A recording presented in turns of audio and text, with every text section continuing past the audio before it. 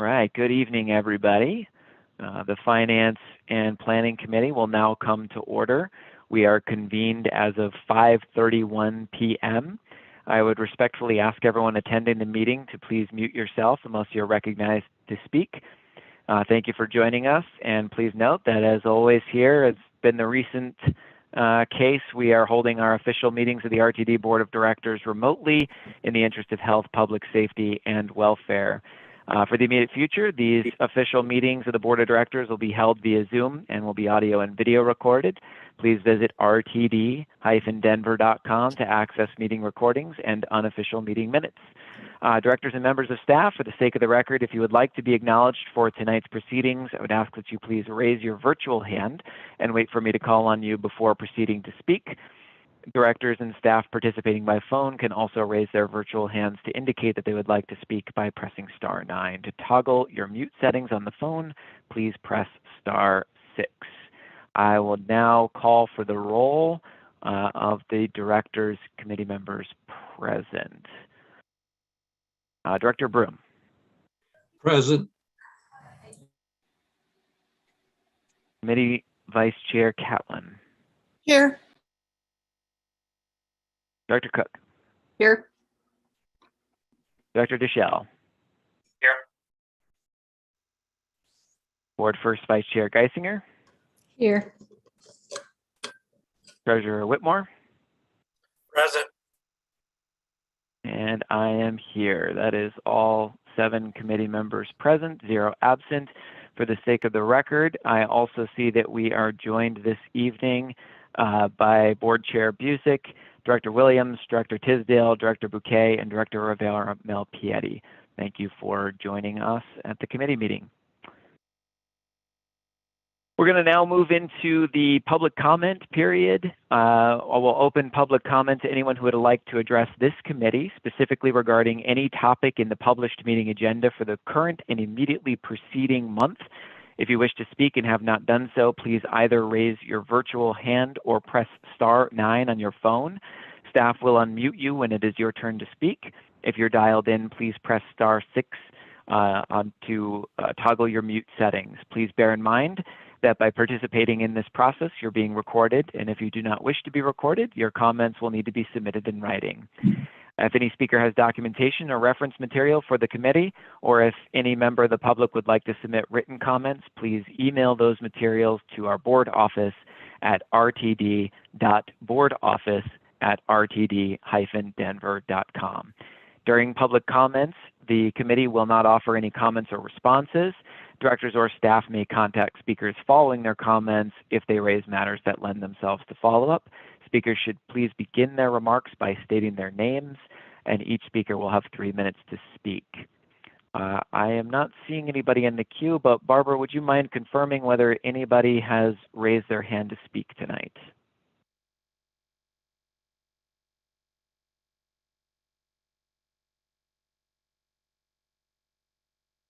All right, hearing none from our board office and with not seeing any raised hands, we're going to go ahead and move on. We also did not receive any email comments for tonight's meeting. So with no other participations and with no other email comments, we'll go ahead and close out the public comment period. There's no information from external entities this evening, so we will go ahead and move into our recommended actions. We have 3 recommended actions tonight. The first one is for the Series 2014A Certificates of Participation Refinancing. This is for the RTD Board of Directors to adopt the attached resolution number of the 2022 authorizing the issuance of bonds for the Fast Tracks Project, Series 2022A and 2022B. Do I hear a motion? So moved, Deschel. Second, Catlin. Mover Deschel, second Catlin. We will go ahead and have a discussion period. We'll kick this off. I'm going to turn it over to Mr. Doug McLeod, our Chief Financial Officer, and to Brendan Morgan, our Senior Manager of Debt and Investments, to present the item to the committee.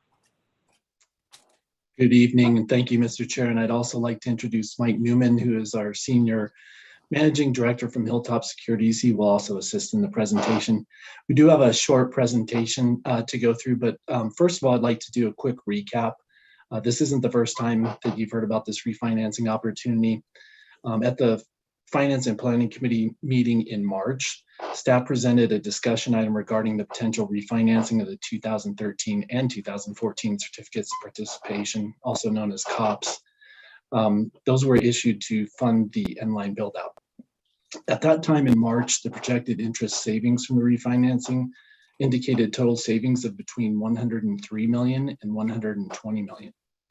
The higher savings of $120 million required the use of the remaining Fast Track's voter authorized bond capacity, meaning that additional interest savings could be generated by refinancing the COPs with bonds as opposed to refinancing with COPs.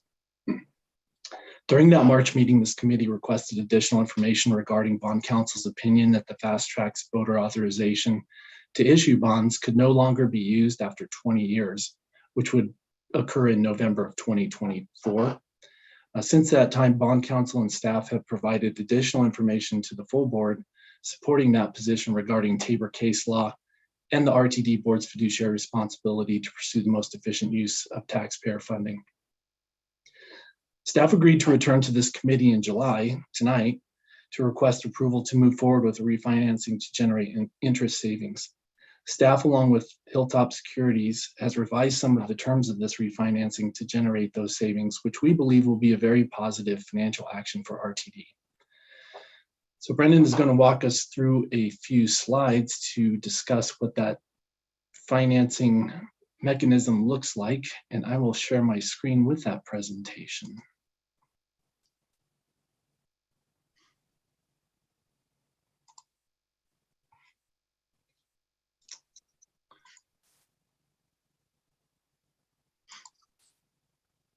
Brendan, please go ahead when you're ready. All right, thank you, Doug. Good evening. I'm Brendan Morgan, Senior Manager of Debt and Investments here at RTD. And as Doug mentioned, I'm going to walk us through a few slides that are in the pack, starting on page 19 of the agenda packet. Doug, are you pulling that up? I can't see the slides myself at this point, but I can walk through it without them if you're having any technical difficulties. I apologize. Let me try again. Sorry. It's okay. There we go. How about now? Can you see? Okay. Thank I you. can see it now. Thank you. Perfect. Okay, so as Doug mentioned, this refinancing deals with our RTD's Series 2014A certificates of participation. These COPs were issued back in 2014 to fund a major portion of the Nline project at that time. The refinancing that we're proposing here involves the use of Fast Track's bonds for interest expense savings. After we spoke with the board back in March, we issued a request for information to RTD's investment bank pool. RTD maintains this pool of investment banks who help us with major financing projects. Anytime we have to issue bonds or COPs or other financings, we go to this pool of banks. There's 9 banks in the pool currently, and they're available as a resource for RTD. Every 5 years, that pool gets refreshed through a competitive solicitation. So we sent this request for information out to our pool, and we received 9 proposals, 1 from each bank that's in the pool, with various responses. And the question that we asked was simply, how could RTD refinance these 2014 certificates of participation and maximize the savings? So of all 9 responses that we received back, 4 of them were very similar, and they all 4 proposed the use of what we're calling here Cinderella bonds. Cinderella bonds are called such because they transform from taxable to tax exempt after the old bonds are called, or in this case, certificates of participation are called. And the benefit to that is simply that tax-exempt bonds pay a lower interest expense. So it's cheaper for RTD if we can do it as a tax-exempt bond. So we would only be paying taxable rates essentially for the first few months, and then it would transform to a tax-exempt bond. The proposed transaction for this resolution proposes the use of unrestricted funds of approximately $95 million. It also proposes the use of the 2014 COPS debt service reserves, which are currently approximately $35 million. And it contemplates using the remaining project funds, which are approximately $4 million. Transaction costs for this transaction are estimated to be slightly less than half of $1 million. If you'll recall, back in March, the transaction we were looking at would have considered using the capital markets. We would have sold these bonds through a traditional negotiated sale, and the cost of issuance at that point was estimated to be approximately $3 million. The efficiency gained here is simply that we would not be selling these bonds through a underwriter, but rather we would be placing these bonds directly with the two best banks that provided proposals to RTD through this request for information. So a nice pickup in savings there on the costs of the transaction. Excuse me. Doug, if we go to the next slide, we'll look at the refinancing benefits. We'll start with looking at gross savings for this transaction over the remaining 22 years of the 2014 certificates of participation. Savings, gross savings would be approximately $294 million. If we look at this through a net present value perspective, the savings is approximately $152 million, or 34.5% net present value.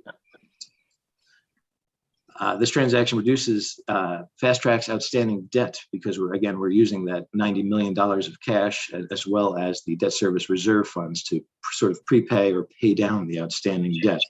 So not only was our outstanding debt decline, but our debt service that we would pay in the future would also decline. The annual debt service would decline for the first 16 years of this transaction. So in other words, 2022 through 2037, the savings on an annual basis would be approximately $9 million per year. And after that, for the last 7 years, from 2038 through 2044, the savings is expected to be in excess of $20 million per year, every year. So it's a fantastic amount of savings each year. This is the what we believe to be the lowest cost of capital currently available to RTD. And this transaction would also improve our ability to issue COPS in the future for two particular reasons. One is, as we mentioned, the North Metro rail asset as an asset becomes wholly owned and unencumbered by RTD. So we would have complete control of that asset, and we could choose, if the board so chose in the future, to use it as collateral for some sort of certificate of participation financing. Also, just the decline in debt service payments out through the future, that $9 million per year and the $20 million per year, that increases our ability to repay debt in the future as well. So, there are quite a few benefits to this transaction. If we go to the next slide, we'll look at the things to consider here. There are a few things worth considering, and obviously we came to you back in March to discuss this particular one. The first one is that we would exhaust all of the remaining Fast Track's bond authorization. Bond Counsel has cautioned that the authorization will expire in 2024, so we have a limited amount of time to use this voter authorized debt capacity. And RTD currently has no plans to use this authorization for any of the remaining Fast Tracks projects, and it's certainly not enough to complete any of the remaining Fast Tracks projects at this point in time. The major thing to consider here is the use of approximately $95 million of unrestricted reserves. These reserves are currently available due to underspending in 2021. RTD had some underspending as far as budget to actuals in 2021. So those funds are available for RTD to use if the board so chooses. And it's really just an upfront payment of debt service. We'd be paying this debt service upfront rather than paying it later in time. So that $95 million will be paid either way. However, if we prepay it now, we won't be paying interest on that $95 million. So there's sort of a trade-off there. So I think those are all the slides that we really wanted to walk through with the board. Mike Newman is with us, as Doug mentioned.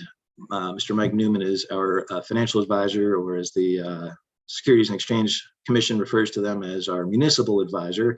They have a fiduciary responsibility to RTD, simply meaning that they need to give guidance and advice that's in RTD's best interest. They sit on our side of the negotiating table when we deal with investment banks and the like. So Mike, if you don't mind here, I'd like to ask you to sort of put on a hat as if you were pretending to be a board member of a board who is considering this transaction, and maybe let us know what you think about what would you want to know, and maybe what questions would you want to ask, and just give us your perspective on what you think are some important points of this transaction. Thank you, Brendan. I'd like to thank everybody for the opportunity to join you this evening. I guess the first question I would ask is, if I was a board member, why this structure? Why not just sell bonds like always, or sell certificates of participation to the public markets? And really, Brendan, in his remarks, answered that question. In 2017, in connection with the Tax Reform Act, municipal bond law was changed to prohibit advance refundings on a tax-exempt basis, meaning you could no longer sell tax-exempt bonds in advance, more than 90 days in advance of paying off the old debt. That's why Brendan referenced the need to sell taxable bonds at this point to refinance those outstanding certificates of participation. RTD could wait until 90 days prior to the call date and take interest rate risk. But the other option would be to sell tax-exempt bonds today, or to price them, but not deliver them for approximately 8 months. But there's a premium associated with that delay in delivery of about 5 basis points a month. So you effectively add 40 basis points onto your interest rate for the life of the financing. So as Brendan said, this truly is a Cinderella, in that you only use the higher cost taxable debt for as long as necessary, and then it converts like Cinderella to the beautiful lower tax exempt rate. But those interest rates are locked in today. You will know what your costs are upon execution, assuming conversion from the taxable interest rate to the tax exempt. There is no risk there. The risk of conversion is simply the ability of bond counsel to render a tax exempt opinion on the conversion date. Since the use of the assets will have already been evaluated and has been evaluated and found eligible for the use of tax exempt funding, the outstanding certificates of participation are tax exempt. No use is changing.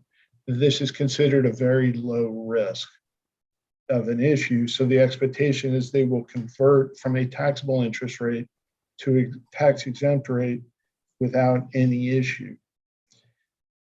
I would probably ask, if I was sitting on the board, okay, that makes sense, but why not do that in the bond markets? Then we know we got the right price. If we just give it to banks, how did we pick these banks? How do we know the price is fair? Because these bonds would bear a taxable and tax exempt rate, there's no natural buyer in the public markets. Buyers typically prefer taxable interest rates or tax exempt. This structure, or Cinderella bond, has been used by a number of entities, not only nationwide, but in Colorado. But there's no public buyer of a security that's both taxable and tax exempt. So these transactions have occurred in the bank markets. So that's why the bank markets. And RTD, under Brendan and Doug's guidance, got proposals, as Brendan mentioned, went out to the underwriter pool, and we got indicative quotes from a number of banks. So there was a competitive process. But before we did that, to assess the potential savings from a structure, we modeled a tax-exempt financing by RTD, as well as a taxable financing. And we looked effectively at the weighted average interest rates of that taxable financing, equal to that period of the taxable period for the Cinderella, as well as the tax exempt. the numbers we ran from our desk were within 2 or 3 basis points of that indicative quote we got from the banks. So we know we can check the reasonableness of any quotes from the banks by looking at what RTD can do in the public markets. Can we be exact? No, but we can tell pretty closely if it's reasonable. We can tell if it's reasonable or not, and if it's fair and appropriate. Let me touch on, we keep referring to a refunding. And in substance and from an economic perspective, this is a refunding. But the other question I would ask related to this is, why is RTD being asked to put in all this cash? Doug's exactly right, and Brendan, that cash would be paid by RTD regardless of whether this is done or not. It's just a question of when. If that cash is used today, it eliminates any future interest expense. But why is RTD being asked and putting in that cash in a refunding when it hasn't done so previously? And the answer to that is the outstanding certificates of participation can be refunded in part. But what we're really doing here is RTD is issuing fast tracks bonds to buy the leased assets, an asset acquisition. And it can only buy the line in full. It cannot buy it in part. And banks typically do not go as far out as we would like these fast tracks bonds to go. So we couldn't get enough bank capacity to refinance all the long bonds. That difference between the bank capacity that we could get at attractive rates and the cost to acquire the project in full is what required the question to the board and to staff about the interest, ability, and willingness of RTD to invest that cash to retire that debt early. And arguably, by doing so, RTD earns a return on that investment equal to the interest expense it would have paid on those bonds. And I would argue it's a risk-free rate of return because RTD is accepting its own risk. It's paying that off. As one of the reasons, when going back to why this structure and where are these savings, the fast tracks bonds of RTD are higher rated than the certificates of participation. So that immediately creates incremental savings versus a certificate of participation. The other source that improves the savings to RTD is certificates of participation typically have a debt service reserve fund as the outstanding COPs do. RTD's fast tracks do not need a reserve fund. So when Brendan in his presentation cited the contribution of the reserve fund to this effective refunding, that reserve fund was funded from proceeds of certificate of participation. And RTD was paying interest on those COPs while that reserve's outstanding. Well, now that we're using fast tracks, we don't need a reserve. And since we're retiring the COPs, we can take those reserve fund monies and eliminate that outstanding, which helps generate additional gross savings. A question I would ask if I was sitting on the board is, I understand completely if I use cash to pay off debt early, I'm going to save a lot of money. But are the savings from the refinancing itself worthwhile? So what Brendan talked about the savings in totality, the certificates of participation being refinanced through City National Bank, we're looking at approximately just over 10% savings as a percent of refunded principal, clearly standing on its own merit. And since we ran these numbers last week, City National actually indicated today their interest rate would be about 8 basis points lower. So if it holds, those savings would just be better than we're looking at today. But even today, they were over 10%. Bank of America on the debt it would refinance, we're looking at savings as a percent of refunded principal just over 11%. So while the use of cash saves a great deal of money, the refinancing stand on their own merit as well.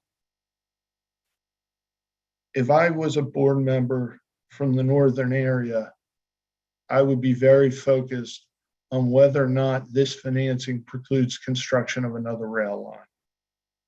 And I would ask very much about that.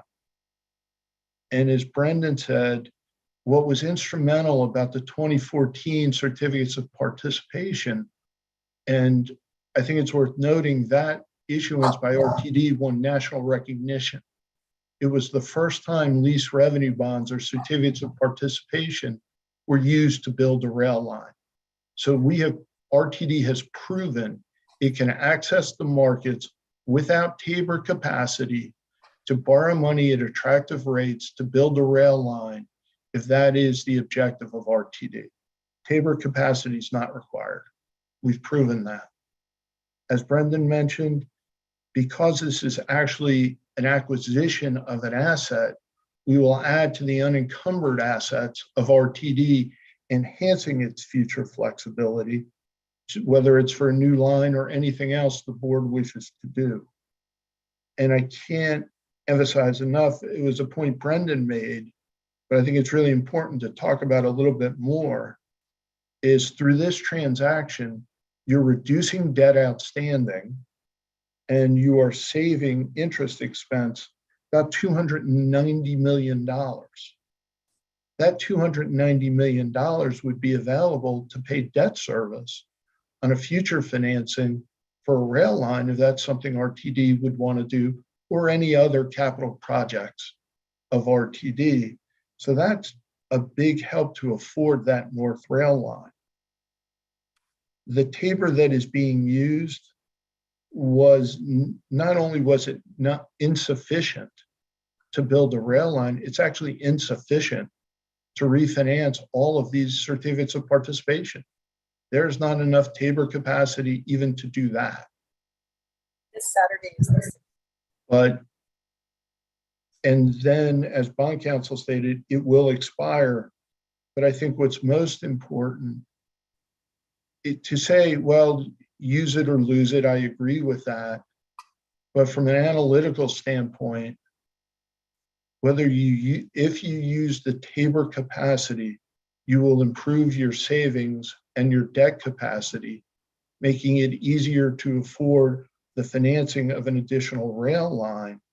And we have proven at RTD that Tabor capacity is not necessary to finance construction of a new rail line.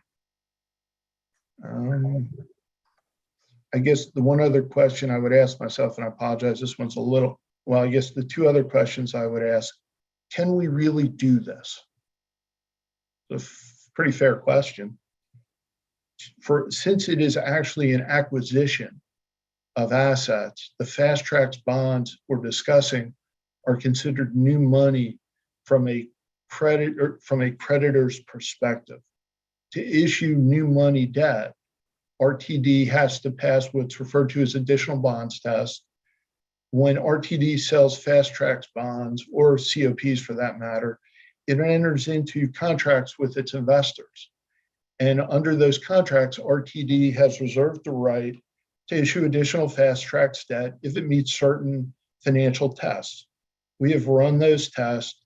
RTD can issue the proposed fast tracks bonds in this structure and satisfy the additional bonds test for fast tracks.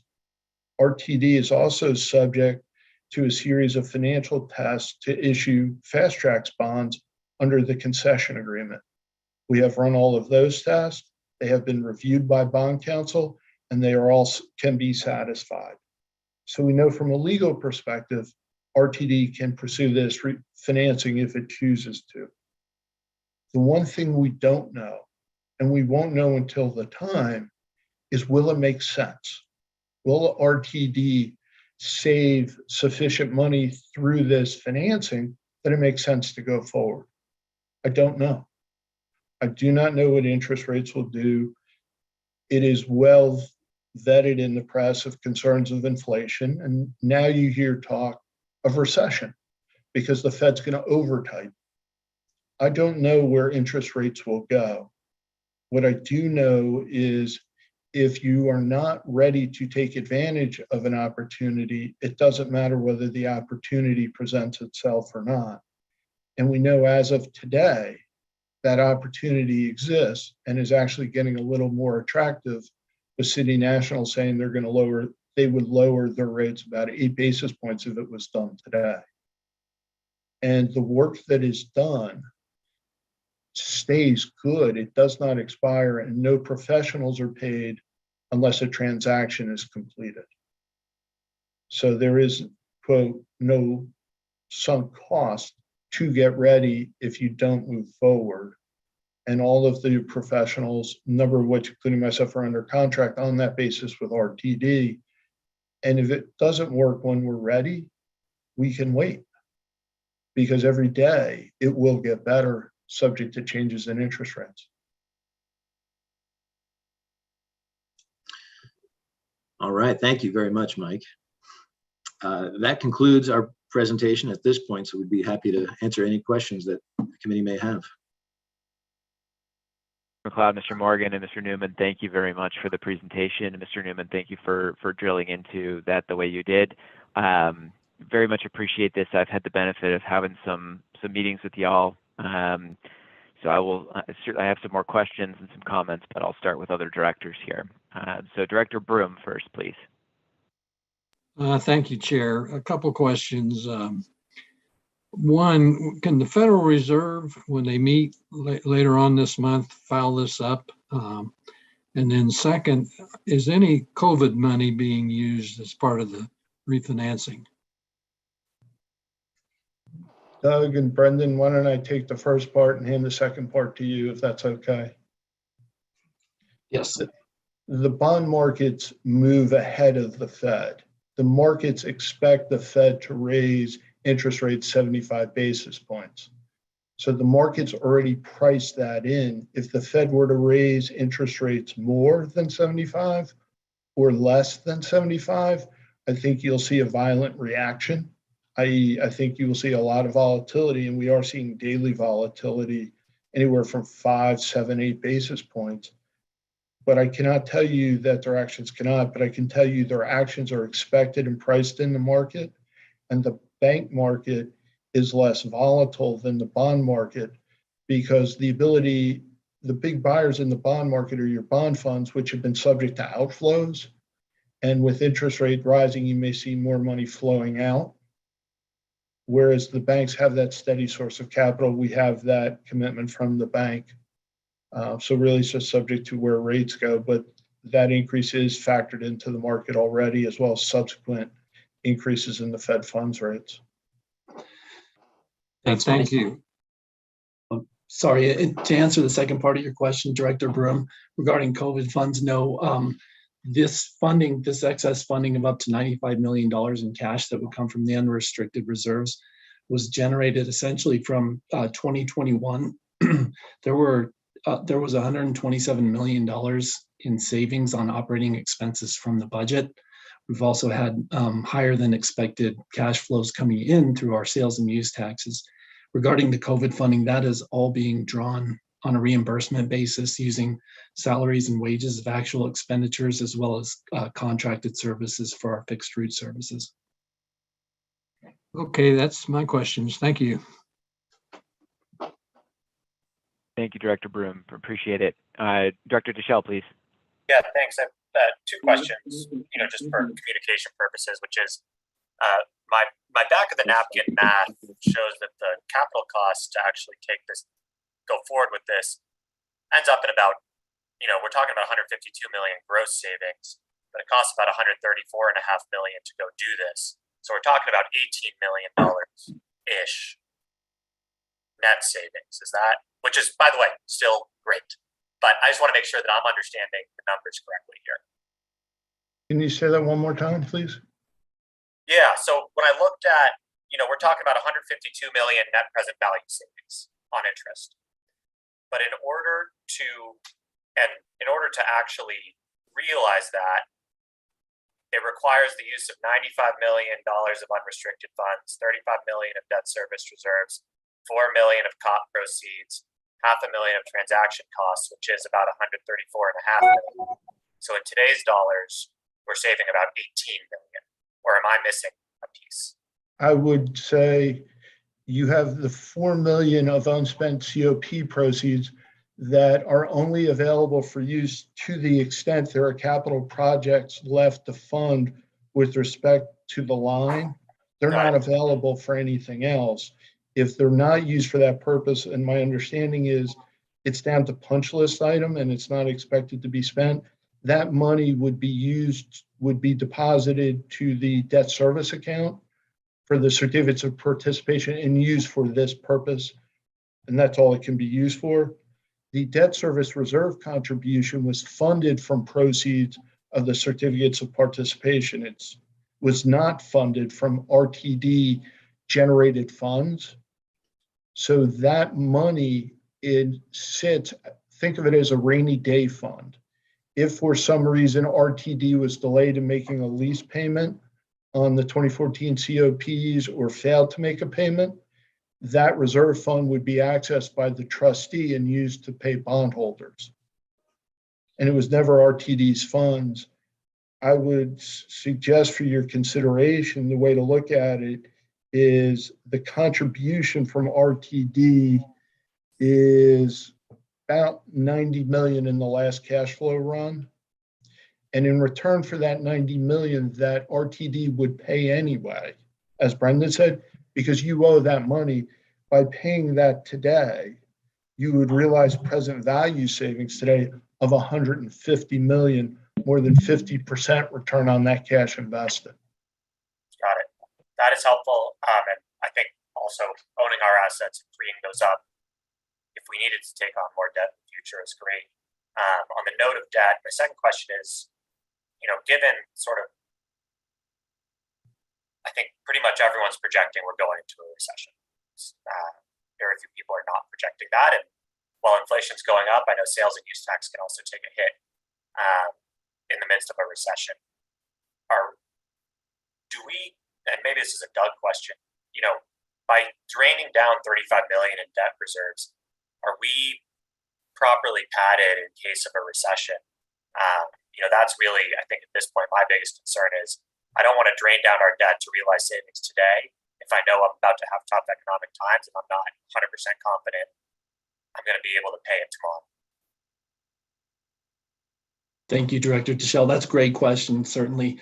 Where we ended up at the end of last year, 2021, in our audited financial statements, we have $516 million in unrestricted reserves. That represents about 10 months of operating expenses. Our fiscal policy goal is to have 3 months in reserves to adjust for any emergencies or downturns in the economy, which would affect our sales and use taxes. So when Mike and Brendan spoke to having the excess funding available, it would really come out of that 516 million. So we're way ahead of where we need to be on our fiscal policy. But looking forward, yes, we've had several conversations about the outlook and what that means, especially if it's a prolonged and deep recession. We do feel that we have the wherewithal to weather that without digging too deeply into reserves. And even if we do dig into reserves, we'll still be replacing them. We'll be coming to the Finance Committee. We'll be discussing a little bit the midterm financial plan a little bit later. That'll give a layout in September of what that forecast looks like. But what I could do to offer some assurance is we still have approximately, I believe it's $350 million left to draw in COVID relief funding. We also have some increases in our 5307 preventive maintenance grants that have been provided for the bipartisan infrastructure legislation. And we also have received, since the last midterm financial plan, an additional $53 million. So it's not to say that we have so much money we want to be reckless with it, but we do feel in the finance area, and as well as speaking with General Manager Johnson, that we are in a good position to meet our strategic plan as well as weather a recession. And just to follow on Doug's comment, the use of those funds will provide recurring savings by reducing operating expenses because of the reduction in interest expense, because that debt's retired, not refinanced. So it will make that liquidity position actually go further than it would otherwise. And if I may add one additional point as well, I think that was a good a fantastic question. Agreeing with both everything Doug and Mike said, I would add that the $35 million worth of debt service reserve funds that you specifically asked about, those funds are specifically restricted for the protection of the investors that own the 2014 COPs. So we would not be able to access those funds for operating expenses. Say if we ran into a recession, we would not be able to pull those funds out and spend them, so to speak. So those 35 are the private markets, the debt service coverage ratio, and the public markets, are called debt service reserves. Is that a fair analogy? Mike, do you want to go ahead and take that one? Think of it as the investors' own money provided to you to make sure you can always pay them back if you have a hiccup. It's they're funding it with their own money to make sure you can make a payment if you have a hiccup. Great. Thank you all. I'm all set. Thank you very much, Director Deschel. Director Geisinger, please. Thank you, Mr. Chair. Just a couple of questions. Talking about an acquisition of an asset. Just to be clear, what's the asset? Is it the inline rail itself? Right, yes. Okay. Yeah. It's the line, it's the flyovers, it's the stations. It is the entire line and all that it is. Okay. And when this came to us in March, it seemed like there was a difference. Maybe it was the 103 to 120 that you were talking about earlier, but there was a difference of some, 17, 18 million, something like that, that was the difference between refinancing with COPs versus refinancing with bonds. Have you moved away from that? I'm not hearing any of that tonight. Is there a reason? Sure, I'll start and I'll let Mike and Brendan fill in the gaps. So essentially, as Mike indicated, there's not enough Tabor capacity to do the full refunding left.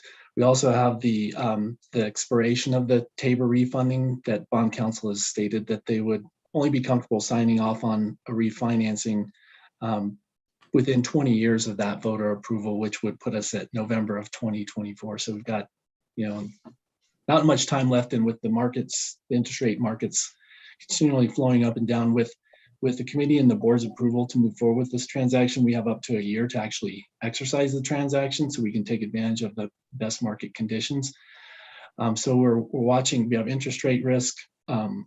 We also believe that we will save money by doing this transaction rather than going to the bond markets. And then Brendan and Mike, could you fill in the gaps on that too? Well, Yeah. we look. Go ahead, Mike. Go ahead. All right, I'll go first. That's a good question. I guess the first thing I would say is that after we spoke to the board, we issued this request for information to our underwriter pool, asking for the best ideas to help RTD refinance this transaction in the most economically beneficial way to RTD. And that's really where our focus went. So the place where we landed here using Fast Tracks bonds to refund or refinance these certificates of participation was the most economical and most fiscally advantageous to RTD that we could come up with. So that, in my mind, that's a big reason why we have landed in this particular position with this particular proposed resolution. And whether we use Fast Tracks bonds or certificates of participation, we're subject to the same constraints under tax law. So we start with Fast Tracks bonds attracting a lower interest rate than COPs. If we are in the public markets, we have to sell tax and do this now to remove the interest rate risk. You're looking at either taxable Fast Tracks or taxable COPs. So that the structure lends itself to the taxable and then the tax exempt. And then we could use certificates of participation with the banks possibly, but it's easier for them to extend credit to RTD for a longer term with a higher security and credit rating of the Fast Tracks bonds. And these are the reasons that the Cinderella structure, while we can apply it equally to fast tracks or COPS, yields greater savings to RTD with the fast tracks. And that we would have to reassess the bank's appetite to lend for 20 years on a lease appropriation as opposed to ongoing pledge of sales tax through taper.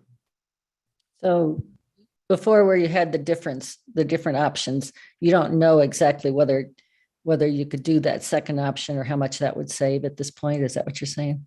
We're actually in the process of updating that savings capacity, that savings difference right now.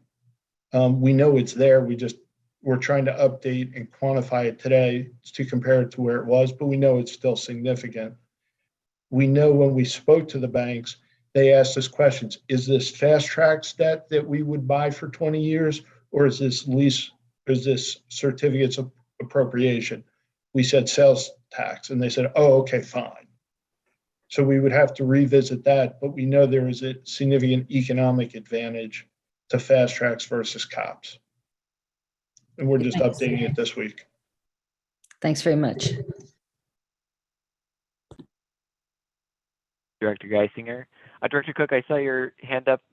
Was your question answered there? It was. Thanks so much. Thank you very much. Not seeing other hands, I had a couple of comments, but I do have some questions as well. First of all, I did want to highlight that committee vice chair and board second vice chair Catlin and I had discussed. I would like to recommend that we pull this from the unanimous consent if this were to move forward. So I just want to make that comment before we go ahead and take the vote that I think we should bring this to the full board. It's a substantial transaction. And along those lines of this being substantial, I would also just say, first of all, thank you very much to Mr. McLeod, Mr. Morgan, and Mr. Newman. This is a creative and good and substantial savings opportunity. So thank you for the hard work and thank you for bringing this here. I had just a couple of questions I wanted to ask. First, Mr. Newman, you were talking about the mechanics of the Cinderella bonds, and is there any remaining risk to these not becoming tax exempt, or have we ruled out any of those risks? The old saying is you should never say always and never say never. The condition preceding to converting from taxable to tax exempt, there are two requirements.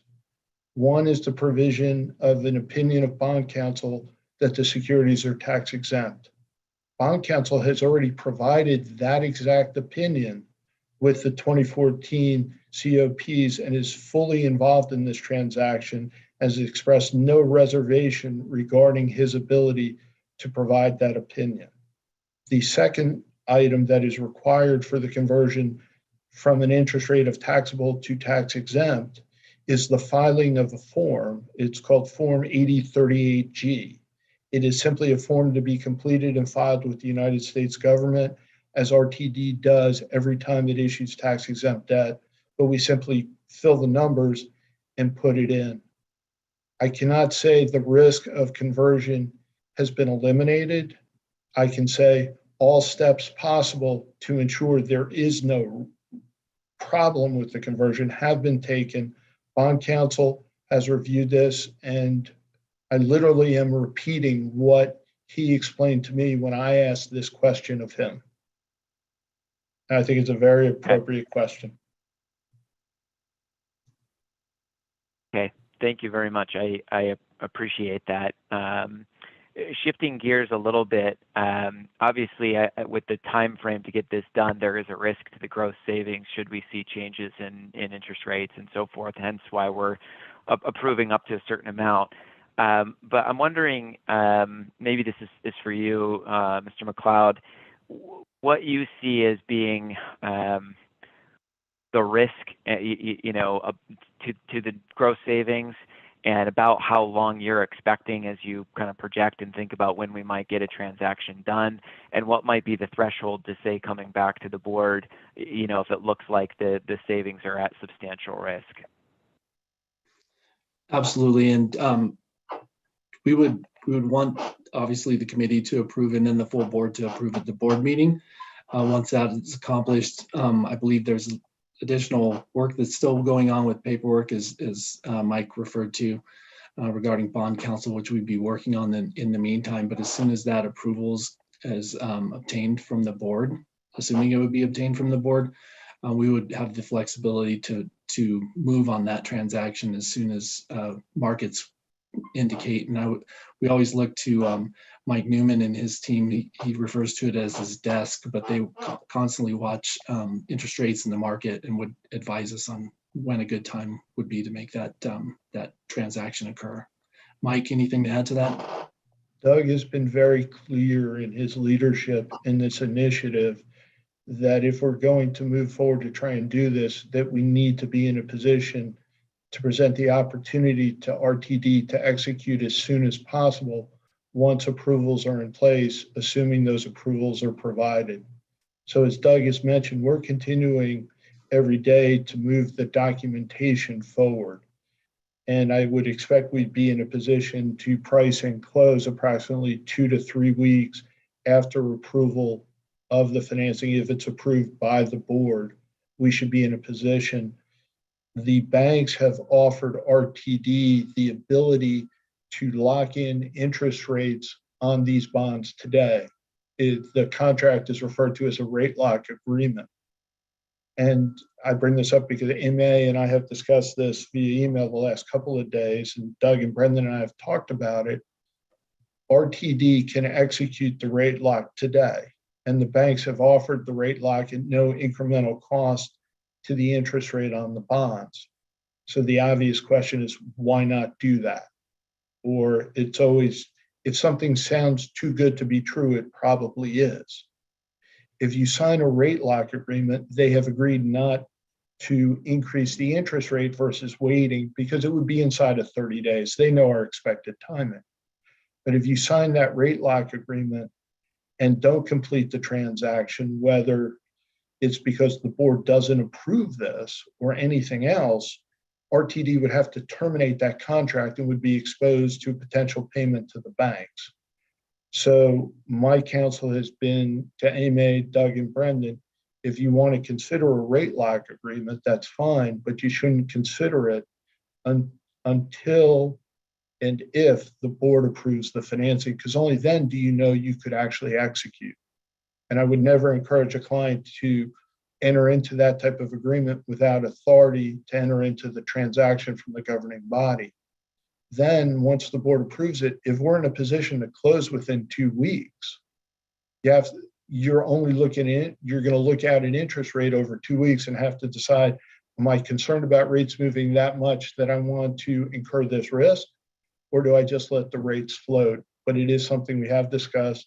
And that's why we continue to move as quickly as we can to get documents in good shape.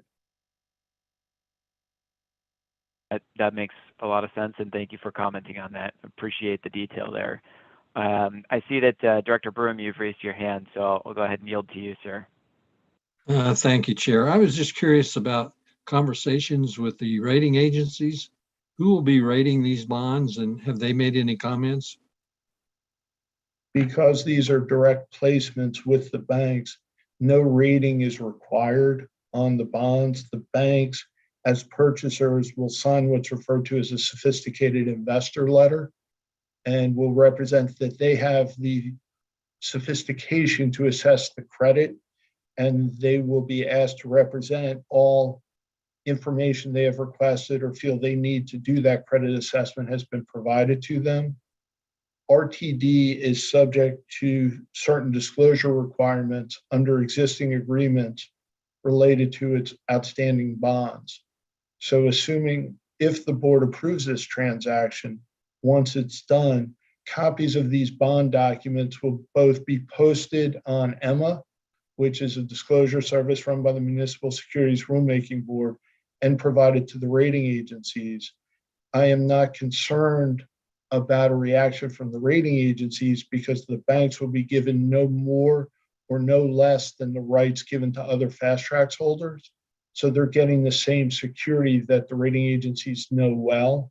Typically where you run into a problem is when you start giving banks different rights and remedies, but here they are receiving the exact same rights and remedies as the public holders as well. And I failed to mention this, these bonds, like the existing bonds of RTD, will be subject to optional redemption at the option of RTD after 10 years. But they will be provided. And if you step back, legally, this is an acquisition of assets. From a practical perspective, it's a refinancing. So we're simply lowering the fixed obligations of RTD, reducing its debt outstanding, and publicly sharing all the documents as required by existing contracts of RTD. So no, I don't expect any reaction except possibly a compliment. Thank you. Thank you, Director Broom. And along the lines of the bond rating, what you mentioned that the COPs were at a lower rating than our Fast Tracks bonds. What's the rating on the COPs?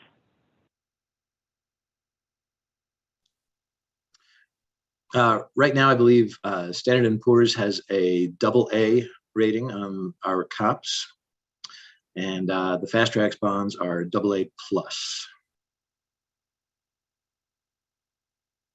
Great, thank you. Excellent. Well, thanks. This makes sense. I appreciate it. To me, again, thank you very much for the work on this. We did receive, an opinion from bond counsel that we do run the risk of not receiving an unqualified opinion to use our Fast Tracks bonding authority as we approach 2024. So I appreciate the opportunity to leverage that for some substantial savings. I think also the demonstrating of our ability to use COPs for the end line. Agree with Director Deschel and everything that was presented tonight that unencumbering assets is a good thing and a good use of that bonding authority to open that up for future projects. And since we have demonstrated the ability to do that in a way that was quite effective. I also appreciate the fact that, and Mr. McLeod, thanks for going into where we are with our current reserves. I think, given that we have some money right now due to underspend on the budget, it makes sense to put that to work in a way that I think improves our out years. And I know something that's come up here a number of times is the base system feeding into our debt service and Fast Tracks.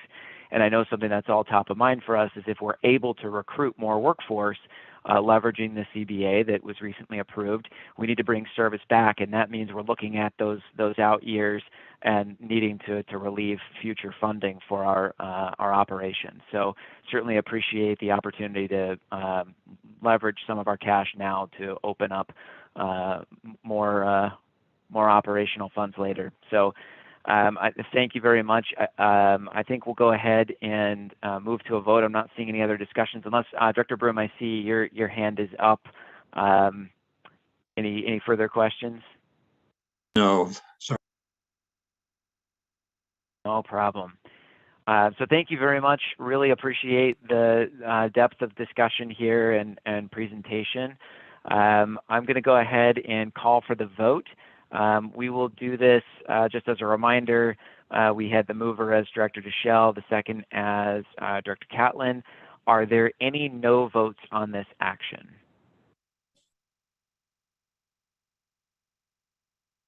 All right. Seeing none, the motion will pass with 7 ayes and 0 nays.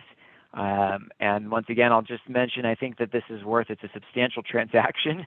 So I think this is worth not having in our unanimous consent at the upcoming board meeting and having an abbreviated discussion of the matter at the board, which I will leave to the chair of the board. Thank you very much, everybody, for the presentation. Thanks for the time we've spent on this. We're going to go ahead and move to our second recommended action. This is with regards to the Zero Fare General Election Day. This is for the Board of Directors to authorize the General Manager and CEO or her designee to implement zero fares on October 28th, 2022, which is National Vote Early Day, and November 8th, 2022, which is General Election Day. Do we have a motion? So moved. Second? Whitmore. Director Deschel.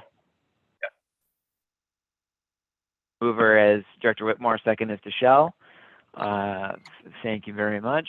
I will now hand off to Mr. Michael Davies, Government Relations Officer, and again, I believe Mr. Doug McLeod, Chief Financial Officer, to present the item to the committee. Yes, thank you, Chair and members of the committee. Michael Davies, Government Relations Officer. I'll begin and then see if Mr. McLeod has any additional comments. So some background: on March 22nd, during the Board of Directors meeting, Director Bouquet raised the question and the direction to explore RTD's ability to offer a zero fare transit service during elections.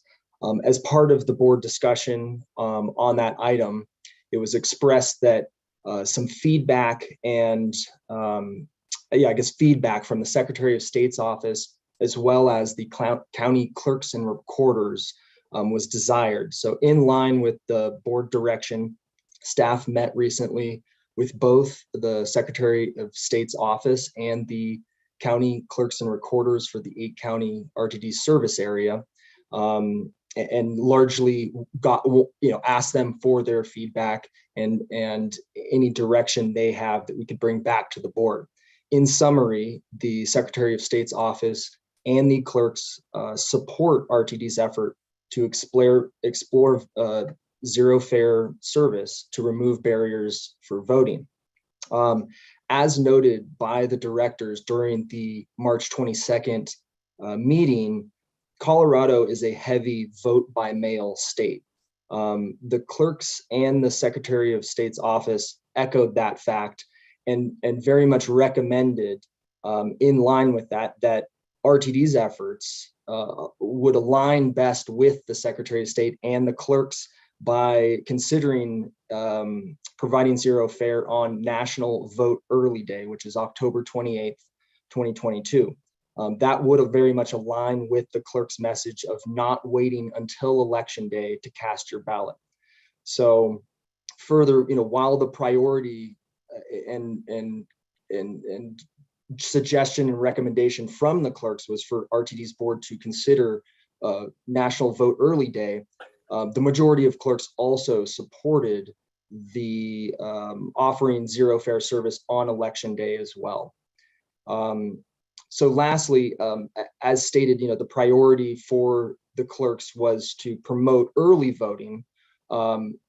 With that in mind, RTD staff did take the opportunity while we had the clerks convened to also talk about the existing process that RTD has in place to place and partner with counties to place ballot drop boxes and deploy those drop boxes on RTD property.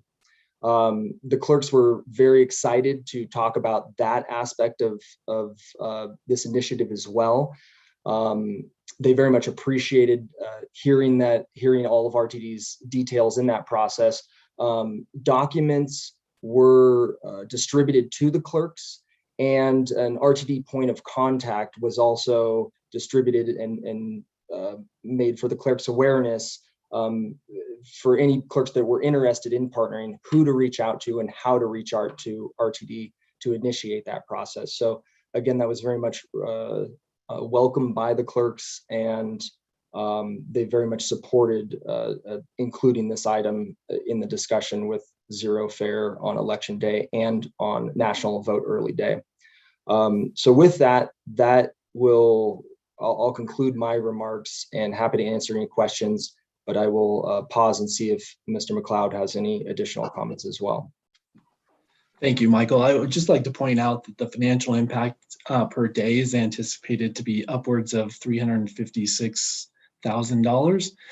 That's a conservative estimate, and those are the same numbers that were generated in preparation for Zero Fare August. So just we're being consistent in our approach and what we potentially seeing on a daily basis, what that could cost for having a Zero Fare Day. Just wanted to point that out. So thank you, Michael, and that concludes our comments, Mr. Davidson. Chair Davidson. Thank you very much. I will open up the floor for questions. We'll start with Committee Vice Chair Catlin. Thank you, Mr. Chair. I think, Michael, we talked about this briefly. Did you discuss with the clerks any way to maybe track results or how effective this might be? Just so we know going forward if in fact this is an effective way of getting additional voters out, or I mean, is there any way to capture that data? Mr. Chair, if I may. Please. Yes, Director. So we did raise this with the clerks and largely asked the clerks, data that they had on percentages of people who vote by mail or come in person or use ballot drop boxes, as noted, and only a few clerks gave us examples on this, but the clerks that did have those numbers at hand did indicate, as the board kind of mentioned during the discussion in March 22nd, is that Colorado is a heavy vote by mail state. So upwards of 88% of ballots that come in are through drop boxes or through mail. And sometimes as little as 5% of the overall vote is in person. The clerks did seem to think that zero fare transit would also encourage people to go to ballot drop boxes, and it isn't just strictly for voting in person, that this would be a benefit. That said, I think the way to measure that would only be through the clerks being able to report their overall voter participation for that time. I think it would be difficult to determine exactly, did you go vote because zero fare transit was in place? I think it's overall a messaging, and it's an encouragement and removing one barrier that may be in place for folks to be able to either go and vote in person or utilize a ballot drop box and use transit to go to a ballot drop box. Thank you very much. Appreciate the question and the answer. I'll go to Director Bouquet. Thanks for joining the committee tonight. Thank you for having me, and a big thank you for staff for taking this original inquiry and turning into a recommended action. I was very excited to see that we've made this progress all the way here. And I'm very excited to see, especially during a midterm election, which generally has lower voter turnout, where, as Mr. Davies had mentioned, if we're able just to remove the barrier for one individual voter, for a voter who hasn't had the ability to vote in the past, that's huge. That's huge as an agency, and I'm really excited for it. And not to put the cart before the horse, but I do hope this committee does ultimately go forward with this recommended action. Again, I know we're one of the lucky states where we have easy access, where a lot of folks do vote by mail. But again, the power and the significant impact that our agency will have if this ultimately becomes an action for voters who might have been discouraged because they couldn't get transit to a drop box, or they couldn't just access the drop box. I just think how significant and historically huge this could be for the agency. So that's the comments I'd like to offer, and I do hope the committee ultimately votes yes on this recommendation. Thank you. Thank you for the comments, Director Bouquet. Much appreciated. Director Cook, please. Yeah, thank you. I first want to say I really appreciate the spirit in which this is being offered. I can see a lot of upside to it. My worry, and I'm just having trouble getting to a yes. My worry is that we are at the same time reducing service permanently as a function of our finances. And when I see 356,000, I see a circulator for a community each year, or I see, extending a route or doing something more frequently. And, I'm having trouble justifying what we think will benefit actually a pretty small number of people, given our very robust and stellar election system, at the expense of the broader number of people we might serve who we're talking about now permanently not serving. So I'm just, as a matter of priorities and using scarce resources, mine would be with trying to preserve services. If we're if we're able to forego this $356,000 without curtailing costs someplace, then I'd rather use that money for service related items somehow, especially since we're facing now, not just for the 2027 timeframe, but all the way through 2050, unless we can raise new revenues. And the second thing is, we haven't completed the fare study yet. And I was thinking if that study showed us that it would be beneficial to forego a certain amount of revenue, $700,000 a year, that might highlight areas where it would be more beneficial. So we don't have the benefit of the information that we would get from that fare study to identify the best places where we might reduce fares.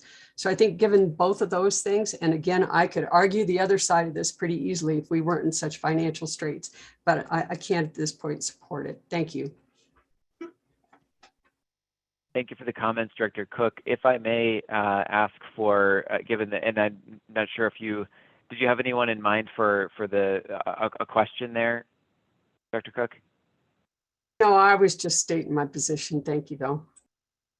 Yeah, thank you very much. And if I may, because we did have some discussion, I'm wondering if Mr. McLeod and or Ms. Johnson would want to comment on whether there is a trade-off here.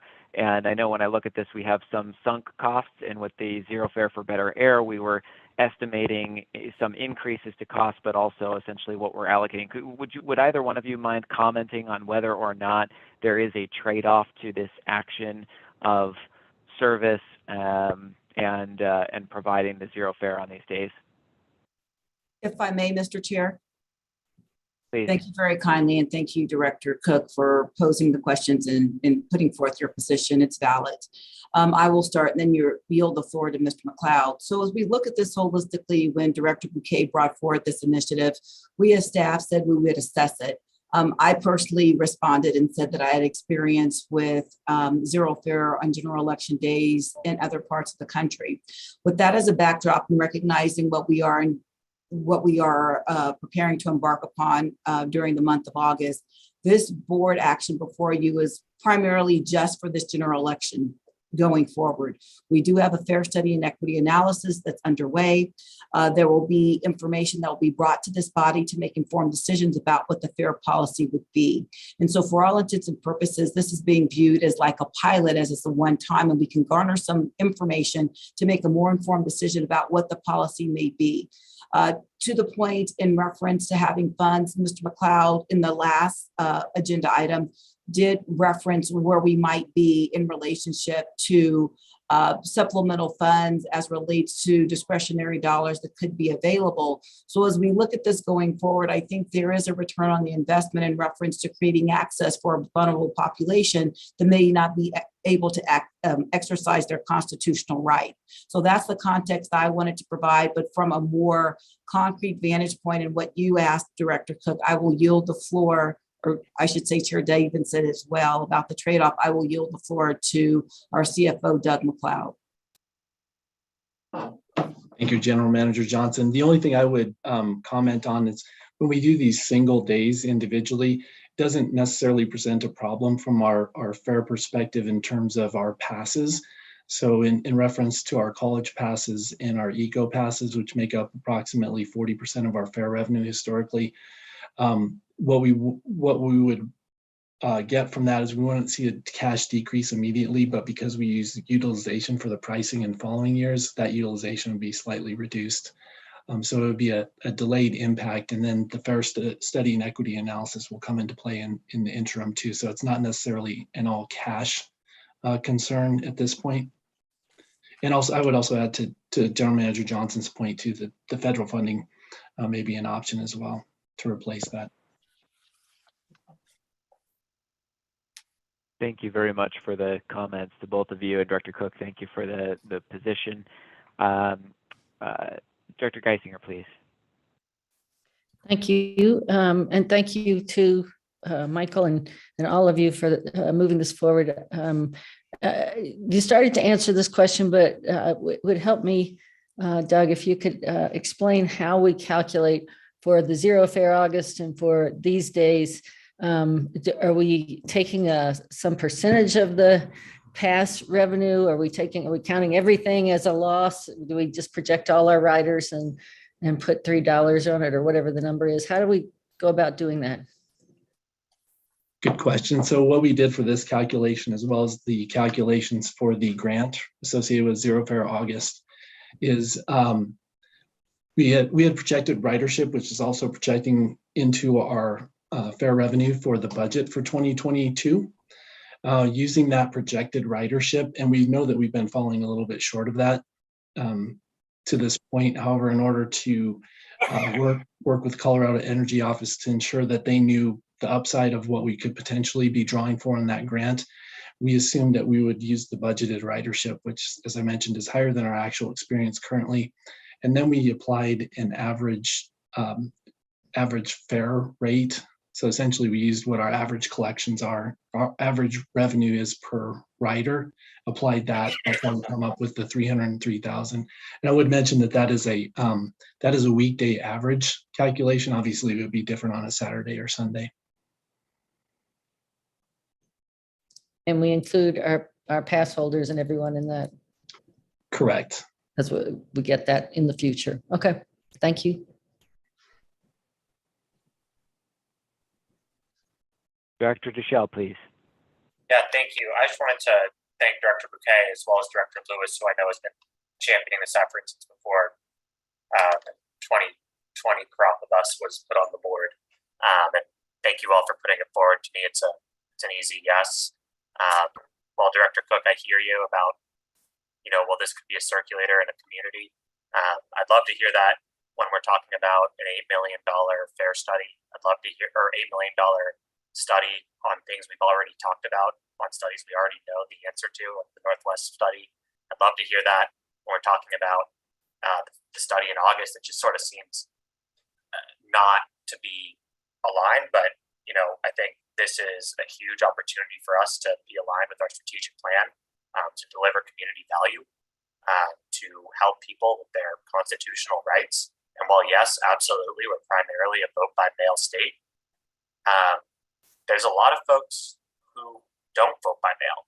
And there's an opportunity for us to help those folks who may miss the announcement that the last day to vote by mail is a week before the election day, right? And sort of help with messaging to maybe get folks who were going to mail their ballots to actually drop them off in person because they missed the deadline, which Mr. Davies or whomever, that would be an interesting, I think, marketing standpoint to make sure that we are telling folks, hey, you can still drop off your ballot. Actually, please don't mail it in, and be clear on what that last mail-in date is, and parlay that with a marketing effort around, hey, you can't mail it in anymore.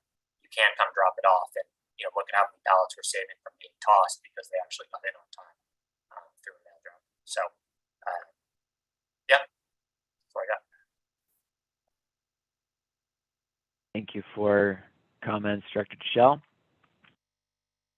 Seeing no other hands, I did have a question. I think this is for the general manager related to our strategic priorities and community value.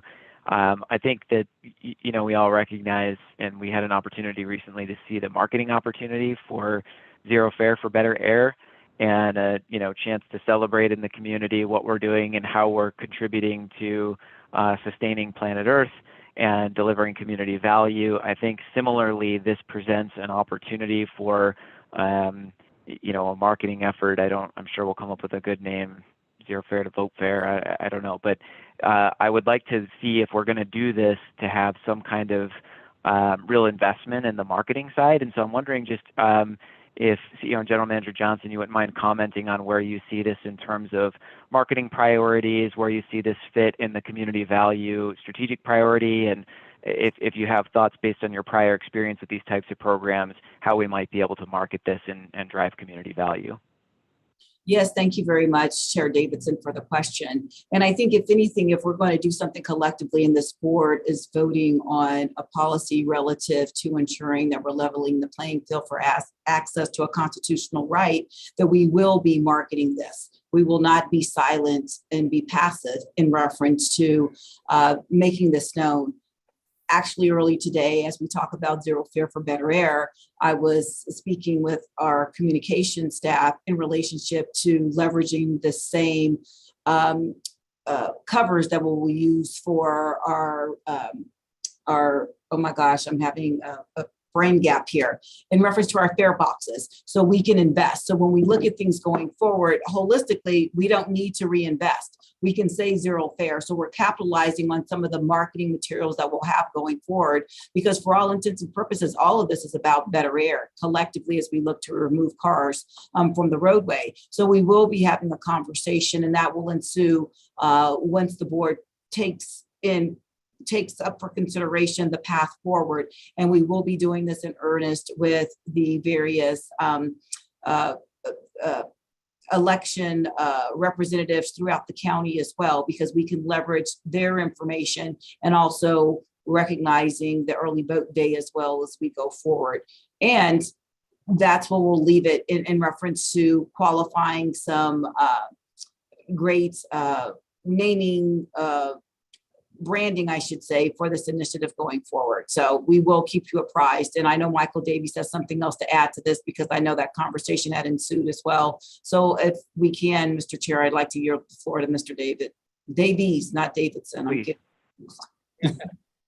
Yes, Please. and thank you, Chair Davidson. I just wanted to add, and I should have included this in my remarks, but the comments from both the clerks and Secretary of State's office very much wanted to partner with us on promotion and how we can best get that word out.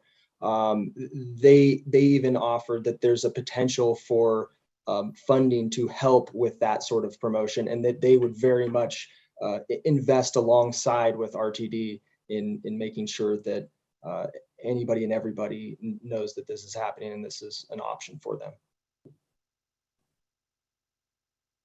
Thank you very much to the both of you for the comments. I think that represents there's a great opportunity here, as Director Bouquet said, that if we can help even just somebody out, I think that's important. And then also, I know we all know that RTD is in need of improving our perception and image in the community, and in a time when I think many of us are thinking about how to make voting more accessible, more fair, and when that's important to many stakeholders in Colorado, I think it's a good time to engage and partner with some of those folks that you mentioned, Mr. Davies.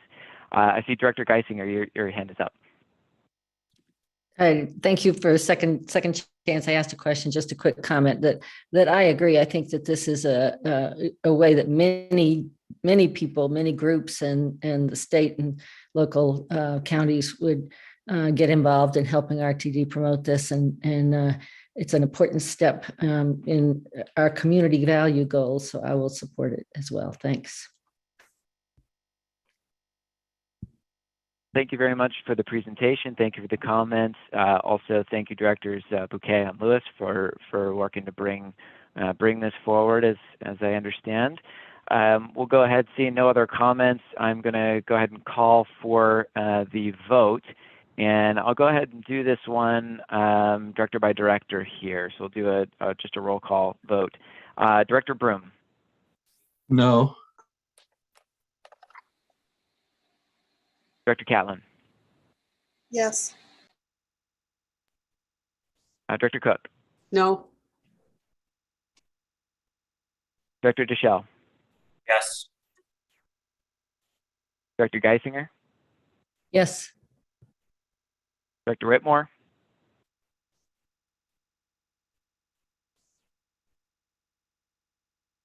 Director Whitmore.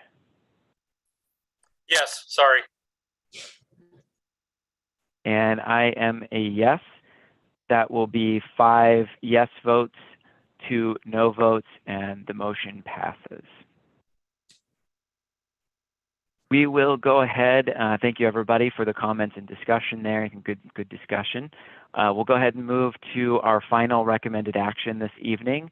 This is for the 2022 contract amendment for the Platte Boiler project.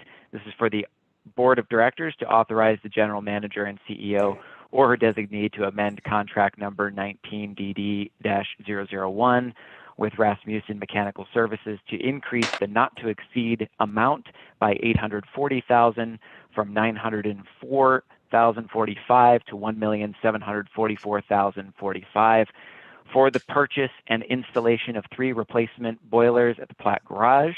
Do we have a motion? Move approval. Second, Second. please. Second. We have the mover, Director Broom, the second director, Geisinger. With that, I'm going to hand the ball to Henry Stoppelkamp, our Assistant General Manager of Capital Programs, to present the item to the committee. Good evening, and thank you, Mr. Chair. And thanks to the board members that are here tonight.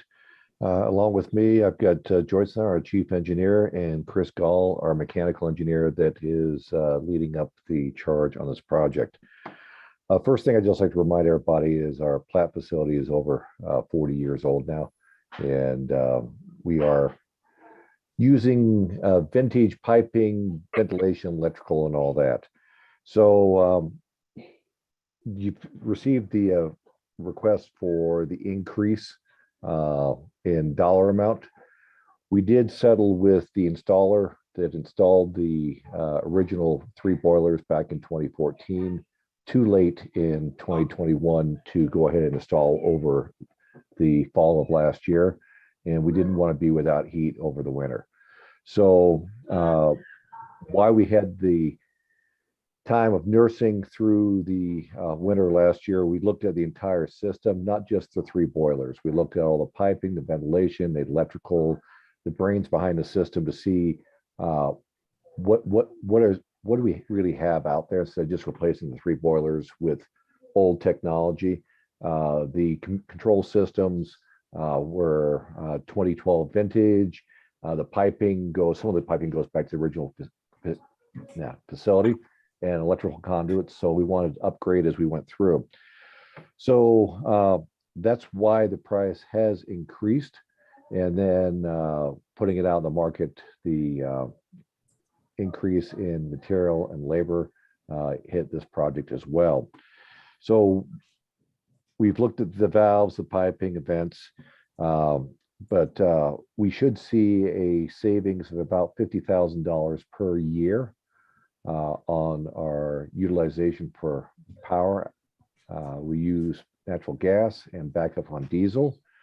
It will reset the entire system. That's once again, the piping, electrical, the mechanical, the brains, back to a 25-year useful life, thus reducing the maintenance, increase the efficiency of the system, and minimize the risk of components and failure.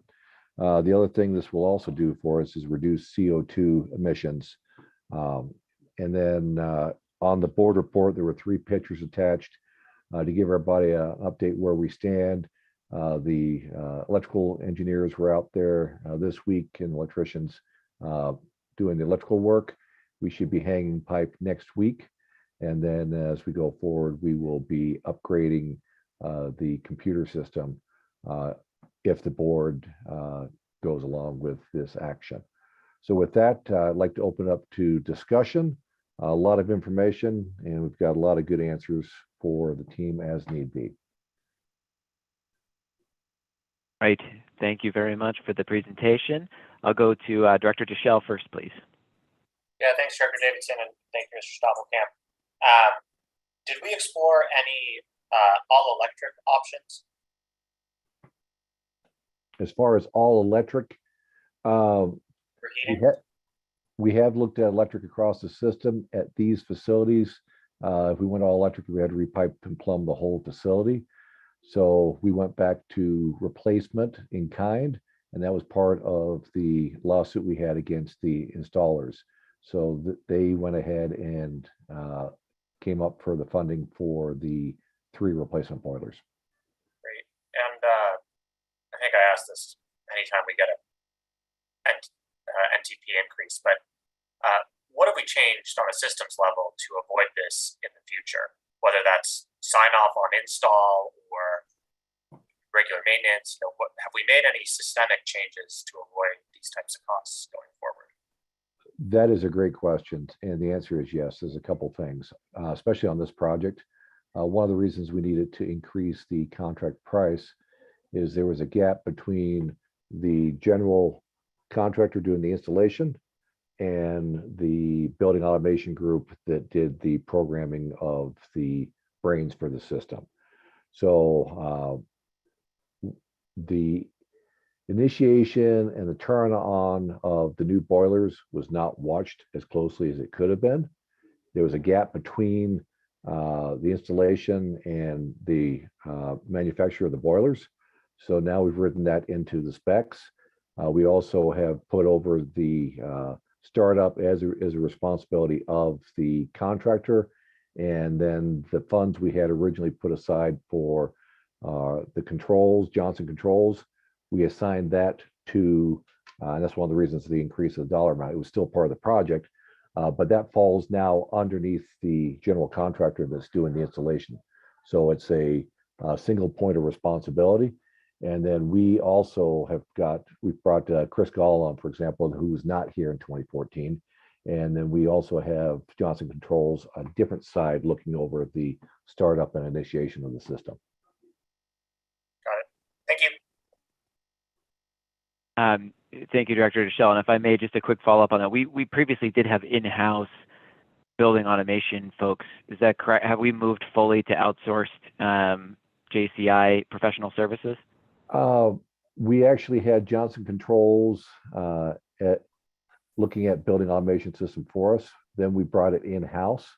Unfortunately, the two employees that were doing our building automation have left RTD, and we are in the process of bringing somebody else on dedicated.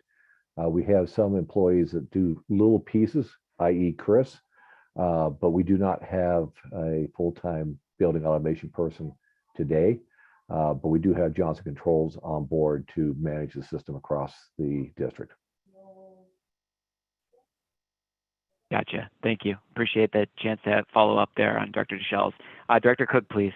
Yeah, thanks. So Henry, we've seen this at least a couple of times. The first one that came through mentioned that we were pursuing action against Legacy Mechanical, the installer, and Unilux Boiler, the manufacturer, to recover our insurance deductible. And then in 2021, we talked about a July 2021 trial for the original contractor. Do we know what happened there? We won. So we got the cost of all three boilers transferred over to RTD. And that was the settlement we had with the installer and the general contractor. And he had a subsequent claim against the manufacturer and his subs, but we got the money for all three boilers. And so at that point, we wanted to go ahead and install. We ran out of time last fall, so we looked at the entire system so we could eliminate weak points in the system and reset the clock for another 25 years for these boilers. Okay, so that's what you were saying. The second thing is the last one was a bid by Rasmussen. So weren't they held to the original $800 and some $1,000? What I think you're trying to explain this. I'm just not following it. Why the added cost if they had bid on the contract? Rasmussen was not part of the original. That was Legacy. These guys did bid on the work for last year. Since we had not settled, they had agreed upon one of the boilers, and they had already purchased this for us. So we got that at that cost. But we've also increased the scope to eliminate old valves that are out there, not redundant and obsolescence electrical lines that are out there. Then the Johnson Controls portion we threw from Johnson Controls underneath Rasmussen. So we increased the scope for them. They pretty much lived up to what they committed to, but there has been some increase since they didn't do it last fall as we wanted them to do. And that was part of the delay that we got on the claims for that third boiler. Got it. Thanks so much. That's all I have. Great questions. Thank you, Director Cook. Thank you very much, Mr. Stoppelkamp. Any further questions from directors? All right. Seeing none, with the mover as Director Broom and the second as Director Geisinger, I will call for the vote. we'll do this one with asking, are there any no votes on the action? Seeing none, it will pass with 7 aye votes, 0 no votes, and 0 abstentions. Thank you very much for the presentation and the work. Thank you to directors for the discussion, and thank you for the discussion on all of the recommended actions this evening. That concludes our recommended actions. We're going to move to our discussion items. We have one discussion item on the agenda this evening. It is all important. It is the 2023 to 2028 midterm financial plan discussion. And I would like to ask again, Mr. Doug McLeod, Chief Financial Officer, as well as Mr. Todd Nickel, Senior Manager Budget, to present this discussion item. Thank you, Mr. Chair. I'm going to share my screen, attempt to again here. Just a quick presentation. We would like to give the board just a foreshadowing of what's to come in terms of the midterm financial plan, as well as the budget and preparation for that process as we get into the latter parts of 2022. So the midterm financial plan, here is the schedule that we've tentatively laid out. We don't have a meeting with this committee or the board in August, so we want to get ahead of it a little bit and just talk about some of the things that we're seeing and some of the things that we're anticipating, including in that midterm financial plan. So tonight, July is the midterm financial plan discussion, chance to ask questions, raise any concerns, as well as inform this committee about the process going forward.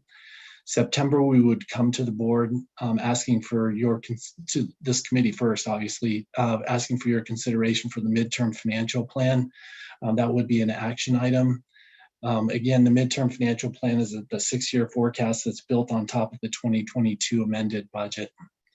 Then in October, we would come to the committee for a draft budget discussion after the formulation and approval of the midterm financial plan, which guides the decision-making for the development of the budget for next year.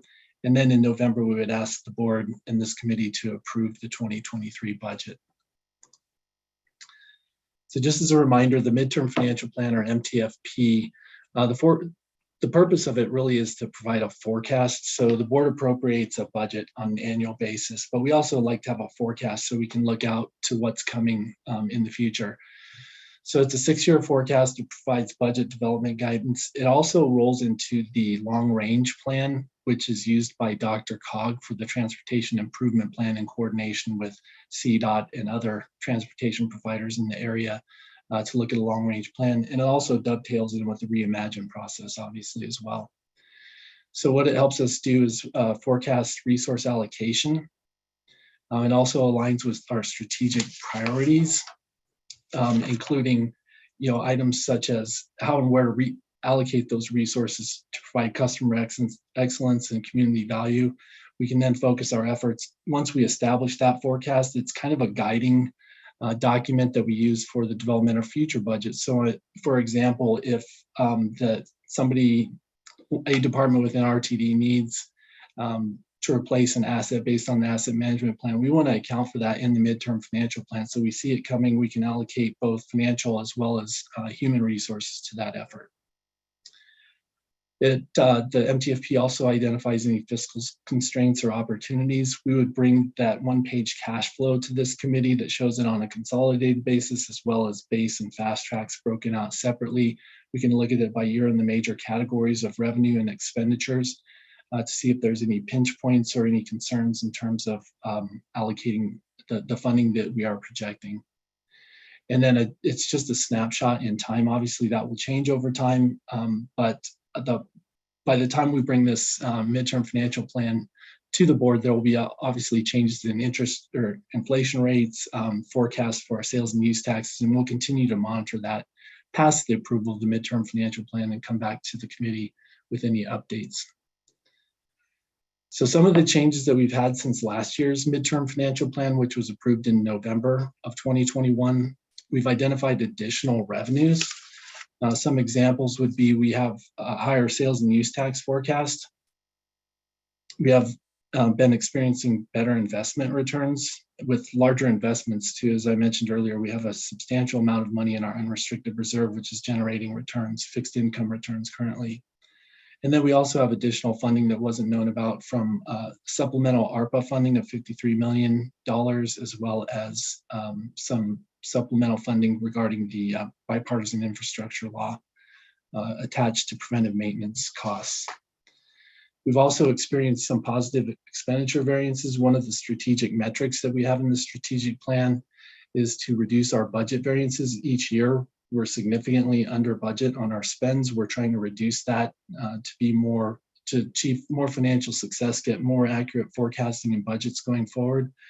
So I mentioned earlier in an earlier presentation, there was $127 million positive variance on our operating expenses. We're going to try to narrow that gap with this next midterm financial plan, help us to plan a little bit better so that we aren't tying up those financial resources dedicated to operating expenses. When we know that there's likelihood we won't use them, we can dedicate them to other purposes. Additional asset management clarity. The asset management team has been working diligently with all the departments throughout RTD and refining that asset management plan. Again, this has a huge tie into the strategic priorities and where we're going to direct our efforts and our budgets. So that will continue to change over time, but we'll also get better clarity on the backlog, what progress we've made since last year, and also what that looks like going forward. Another item that we know about at this point, we had forecasted certain assumptions in the last midterm financial plan, but we now have a ratified and board adopted collective bargaining agreement, which covers the next 3 years. So that will be incorporated in the midterm financial plan. And we've also been fortunate to reduce a few significant liabilities, one being the ATU pension liability. You may recall that a contribution of $160 million was applied towards that. We will be coming to the board with an update in September regarding the funding of that plan, but it looks a lot better. Plus the plan is closed, so it decreases the risk going forward and the exposure for RTD.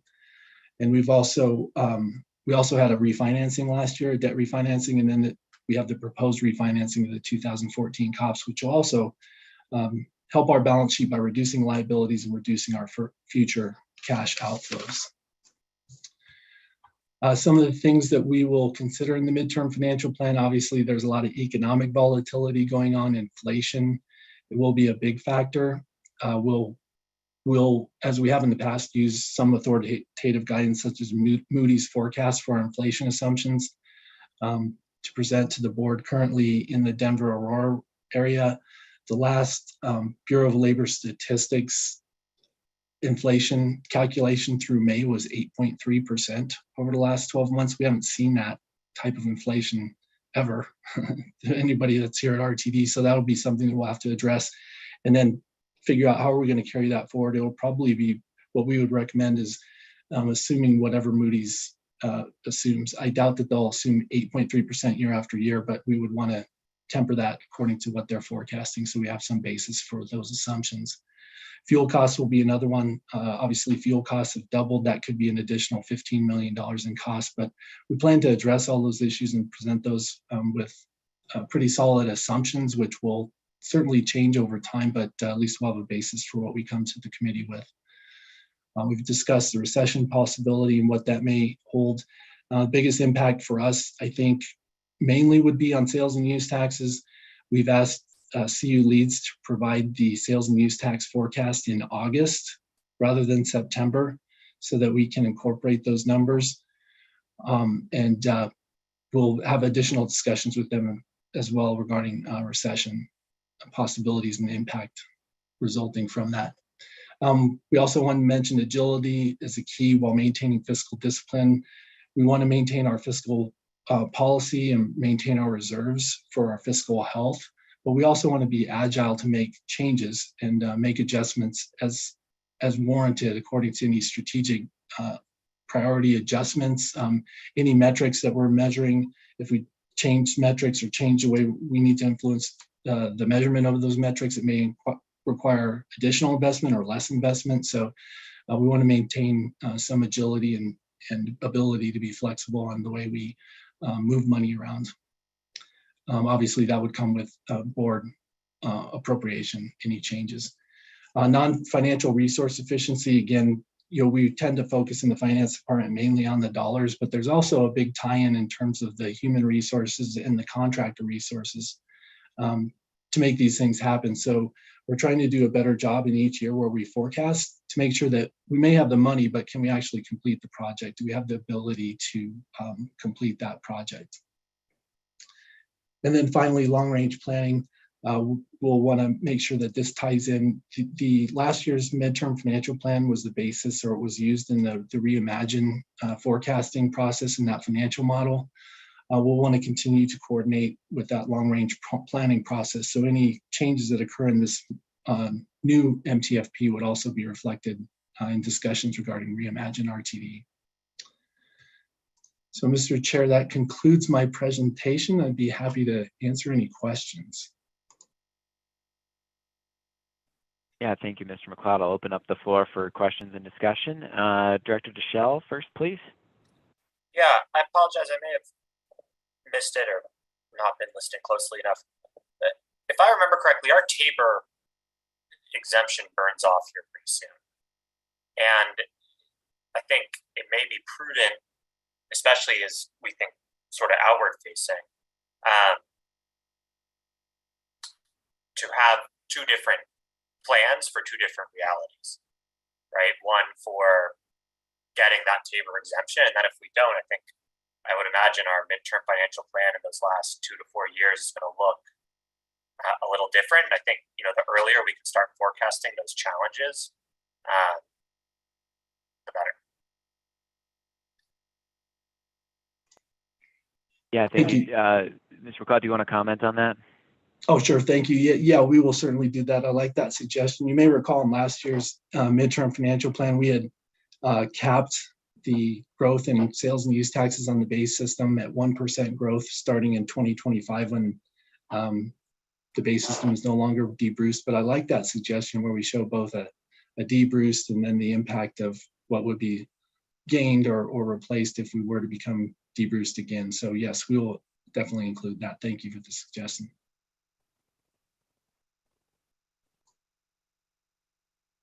Yeah, thank you, Director Deschel, for the question, and Mr. McLeod for your answer. That was part of the analysis in the Reimagine process, correct? There were scenarios presented with a debruced and not debruced.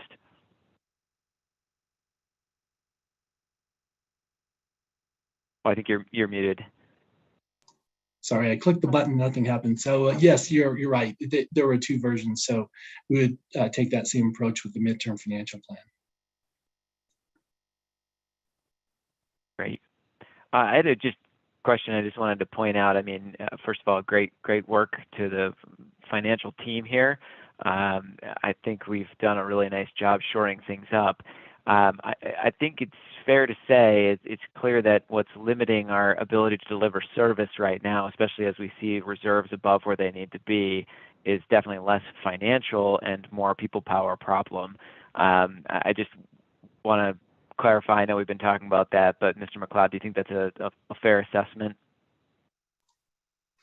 Certainly, thank you for pointing that out. Yes, and that was one of the reasons for our lower expenditures. So the savings that we had in 2021 and we're currently experiencing in 2022 and a good part of that is due to the shortage, the manpower shortage, people power shortage. Great. Yeah, thanks for commenting that. I would point out, I think as we consider this midterm financial plan, it's an interesting, Director Cook brought up earlier the idea of, what would it take to put a circulator in a community? And I think, you mentioned the agility while maintaining fiscal discipline. I think we want to be careful of overextending and committing in the face of, potential recessions, but it also is an opportunity that our reserves are increasing. And as we do get better with our budgeting and the variance being a little bit tighter, I think there's an opportunity to think about, how we approach service and ideally as we address our workforce challenges. So anyway, just something for us all, I think, to bear in mind as an agency as we look at this midterm financial plan, that we're limited more by workforce than we are finances and have a responsibility to deliver service to communities. So lots to think about here in a time of uncertainty. Any other questions or discussion items from directors? All right, with that, Mr. McLeod, thank you for the presentation. Look forward to receiving the midterm financial plan and looking at that more fully. That is the conclusion of our discussion items this evening. We will go into other matters. Do any directors have other matters to bring to this committee? Yes, Treasurer Whitmore, please. Thank you, Mr. Chair. Not a huge other matter. I just think there are times when we as a board need to pause and just say thank you. 3 tremendous presentations this evening. So Deborah and your staff just learned a lot, even though I'm in my 4th year as a board member, and really, kind of hit the high ends of important questions. And then thank my fellow board members for good input and questions. And great job, Mr. Chair. That's all I have, just accolades. Thank you very much, Treasurer Whitmore. Thanks for taking that moment. I would completely echo the sentiment for staff. I've got the easy job here. So thank you very much to everybody. I completely agree. There's some substantive things we covered this evening, and thank you to my colleagues and to everyone on the team here at RTD for making tonight very productive. So thank you, sir, for pointing that out. Director Broom, please. Just to clarify, is the meeting tomorrow night canceled? Yes, that is my understanding, that we do not have a quorum and that we are working on an alternative plan. Does somebody from the board staff, is someone available to comment on where we currently stand on that plan? Yes, this is Barbara McManus. So the plan right now is that we're going to schedule a special board meeting prior to the board meeting to address the action and discussion items that were postponed from tomorrow until the 26th. Thank you. Yes, thank you for bringing up that clarification. Any other matters? Right, well, with that, again, thank you very much, everybody. Director Broom has his hand up. Director Broom has his hand up, Chair. Thank you, Director Broom.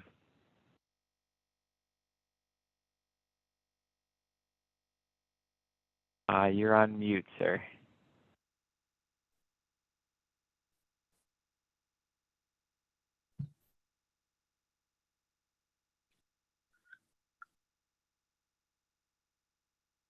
Dr. Broom, did you have any further comments? You're on mute, Director Broom.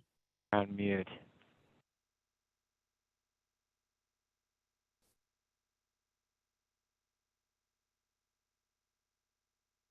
Director Broom, you're on mute at the moment. If you have further comment, Director Broom, if you want to give me a thumbs down if you have no further comment, a thumbs up if you had another matter.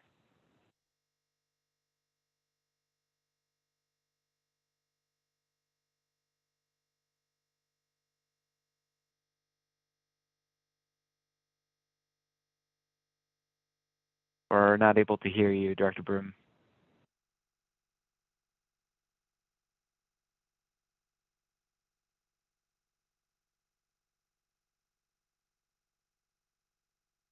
I see your hand is down. Thank you, Director Cook, for pointing that out. Thank you, sir. Thank you very much, everybody. So with that, just a reminder, we are taking a purposeful pause during the month of August from scheduling official meetings of the board, which will allow time for the board and staff to regroup, refocus, and enhance their efforts for the remainder of the calendar year of 2022. As such, the next Finance and Planning Committee will be held on Tuesday, September 13th, 2022. I just do want to mention there may be one small exception to those meetings, which could be unrelated to this committee, but the ad hoc audit committee. So more to come on that, and please follow along, and apologies to everybody if that does impact our purposeful pause here. But the Finance and Planning Committee will resume in September, and that will be Tuesday, September 13th. So thank you very much, everybody. Seeing no further discussion, the meeting will be adjourned at 7:25 p.m. Mountain Standard Time. Thanks, everybody. Take care. Thank you. Bye. Thanks.